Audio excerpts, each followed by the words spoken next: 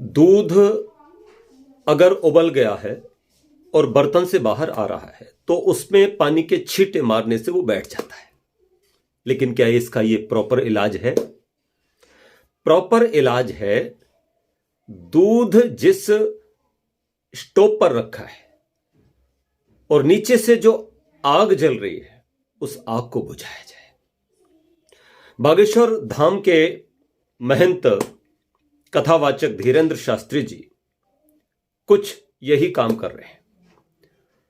जो महाभारत के बाद एक बहुत बड़ी प्रज्ञा अपराध के चलते विद्वानों के और राजाओं के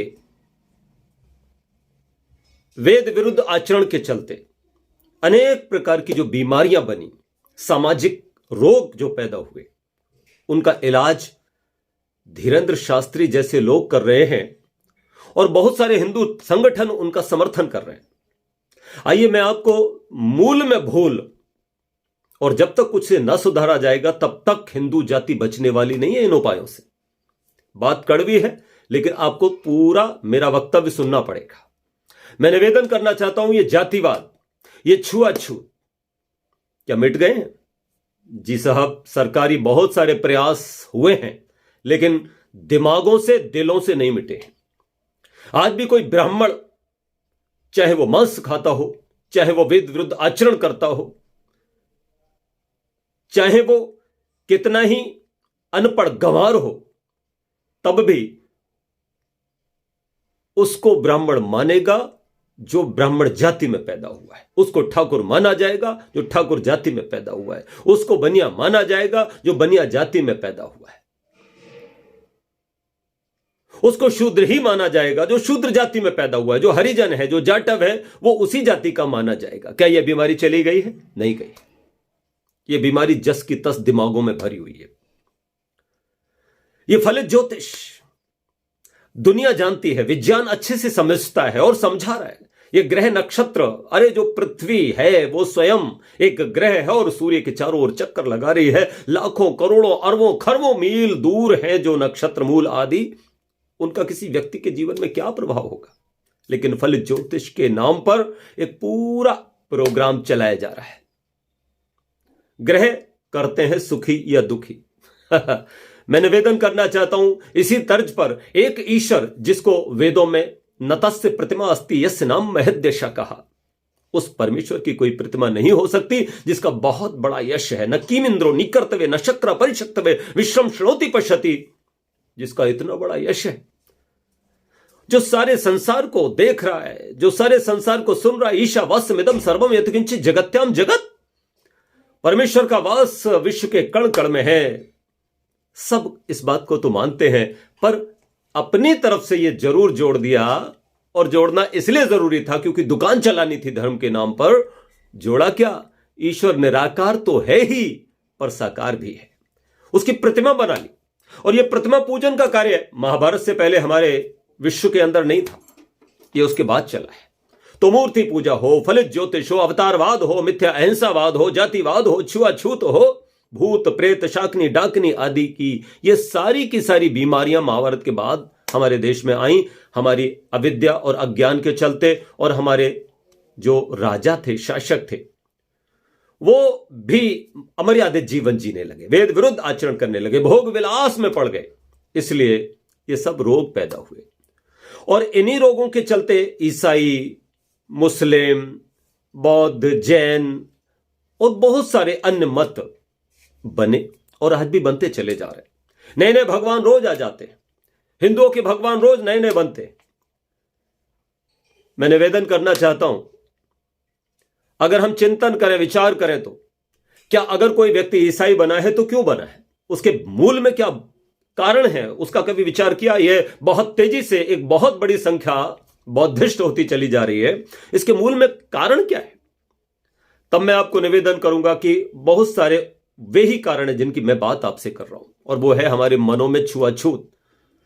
अगर कोई ठाकुर, वो हाई कास्ट से ही है, कोई बनिया, बहुत छोटी जातियों तो छोड़िए साहब, हरिजन और जाटावादी तो छोड़िए साहब, चमार को छोड़िए, ये बहुत छोटी जातियां मानी जाती हैं, इनका तो हाथ का छुआ पानी भी आज बड़ी जाति के लोग नहीं पीना पसंद करेंगे, नहीं करते हैं, अपवाद को छोड़कर।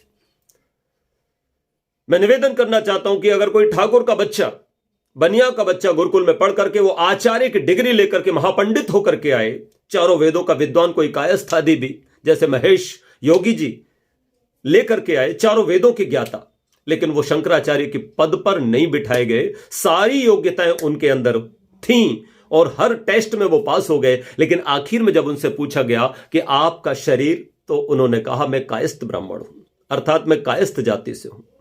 बुद्ध जी भी परम ज्ञानी थे, परम तपस्वी थे। तो तमाम जो शंकराचार्य थे और धर्माधिकारी थे, काशी ने उनको स्पष्ट मना कर दिया, तब आप शंकराचार्य के पद को विभूषित नहीं कर सकते, क्योंकि इसके लिए जन्मना ब्राह्मण होना आवश्यक है।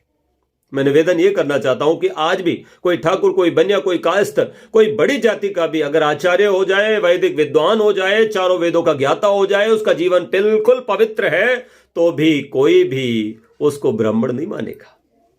और कोई भी ब्राह्मण का बेटा, चाहे वो टायर पंचर जोड़ता हो, ठीक है ना, चाहे वो कोई छोटे से छोटा शूद्र वाला काम करता हो, जिसने कभी वेद नहीं देखे, जिसने कभी गीता नहीं देखी, जिसको कभी पढ़ने से विद्या नहीं आई, वो शूद्र का शूद्र, मिलेच्छ का मिलेच्छ है, कर्म से भ्रष्ट है, ऐसे को भी ब्राह्मण ही माना जाता है। और वो किसी भी बड़े से बड़े विद्वान आचार्य के चरण वंदन नहीं कर सकता, क्योंकि उसको बताया गया है कि तू सर्वोपरि है, ब्राह्मण सबसे ऊपर है। तो ये जो बीमारियां हैं, इन बीमारियों के चलते हिंदू जाति का पलायन हो रहा है। भीमराव अंबेडकर बहुत पढ़े लिखे व्यक्ति थे, बहुत समझदार व्यक्ति थे, उन्होंने खूब चिंतन किया और चिंतन के बाद उन्होंने ये निष्कर्ष निकाला कि हिंदू जाति बहुत अच्छी इमारत है, जिसमें 4 मंजिलें हैं, लेकिन दिक्कत यह है कि ऊपर वाली मंजिल से नीचे और नीचे वाली मंजिल से ऊपर जाने के लिए जीना बंद है, रास्ता बंद है। फिर जीना कैसे होगा? जहां जीना नहीं है वह जीना कैसे संभव है? ऊपर और नीचे नहीं जा सकता व्यक्ति, शूद्र ब्राह्मण नहीं हो सकता, ब्राह्मण शूद्र नहीं हो सकता, चाहे कितना ही गलत काम ब्राह्मण करे और कितना ही अच्छा काम शूद्र करे।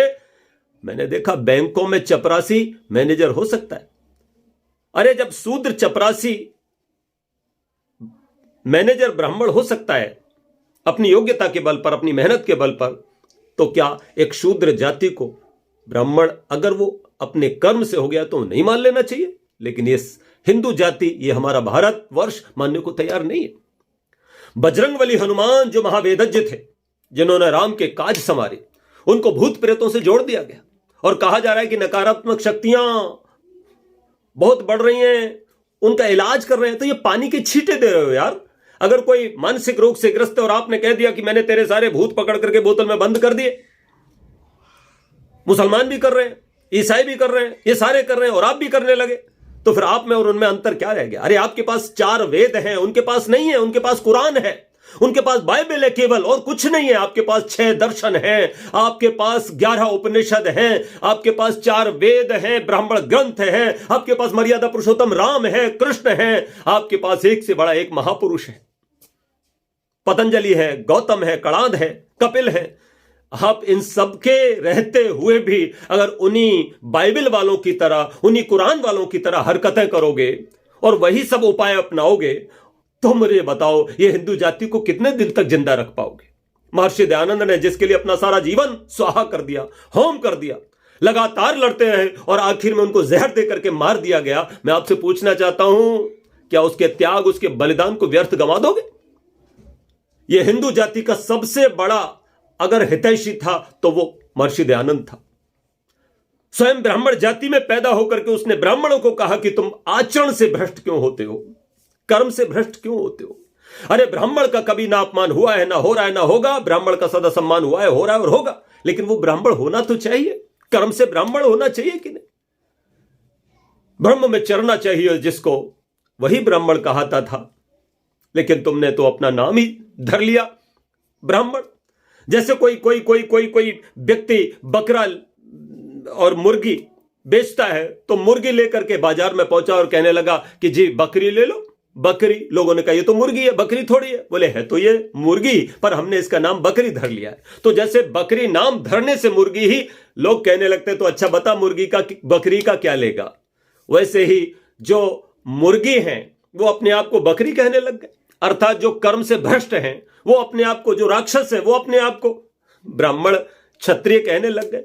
इसलिए मेरा किसी व्यक्ति से विरोध नहीं है, जाति व्यवस्था से विरोध नहीं है, मैं किसी व्यक्ति का विरोध नहीं करता, लेकिन मैं जो वेद का सत्य है वही आपको निवेदन करना चाहता हूं। इसलिए अगर हो सके इस हिंदू जाति के गौरव को बचाना है, इस आर्य जाति को बचाना है, इस हिंदुत्व को बचाना है, तो फिर ये सांकनी डाकनी भूत प्रेत के खेलने के खेल बंद करो।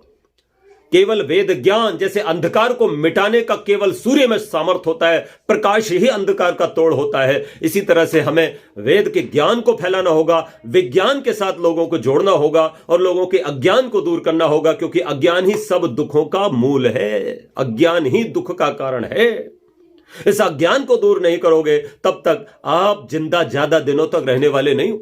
इसलिए मैं निवेदन करना चाहता हूं कि वेद की शरण में आओ, भगवान राम की शरण में आओ, भगवान कृष्ण की शरण में आओ, अपने बजरंगबली हनुमान जी की शरण में आओ। अरे कांधे मूज जनेऊ साजे, जो व्यक्ति अपने कंधे पर जनेऊ रखता था, जो अपने बल और वीर्य के लिए जाना जाता था, अपने समर्पण के लिए जाना जाता था, परदारिशु मातृवत जिसकी भावना थी, ऐसे सदाचारी, ऐसे वेदज्ञ को आपने कहां पकड़ा हुआ है? आपने तो केवल ये बहुत छोटी छोटी हरकतें करके उनको एक तरीके से बदनाम ही किया है। इसलिए हर गांव में जो तांत्रिक घूम रहे हैं, मैं समझता हूं उन तांत्रिकों को बहुत बल मिलने वाला है। जो पाखंड अभी तक बहुत थोड़ा सा बच्चे के रूप में था, वो जवान हो जाने वाला है। अगर इसी तरह से बागेश्वर धाम के धीरेंद्र शास्त्री का समर्थन हम लोग करते रहे, हमारे हिंदू लोग करते रहे, तो फिर ये पाखंड बहुत बढ़ेगा, ये बेमनस से बहुत बढ़ेगा। आप सोचते होंगे बहुत सारे लोग कि ईसाई मिशनरियों से हम हिंदुओं को वापस ले आए। मैंने भी 2500 परिवार ईसाई वापस लेकर के आया हूं,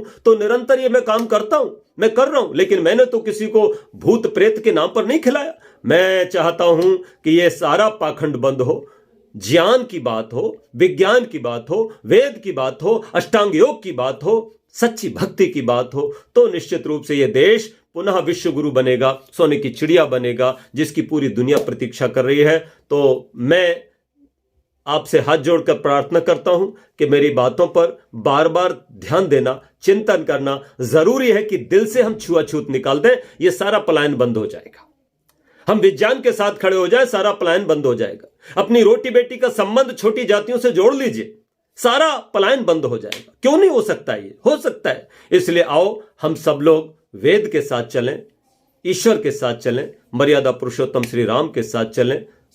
नमस्ते जी।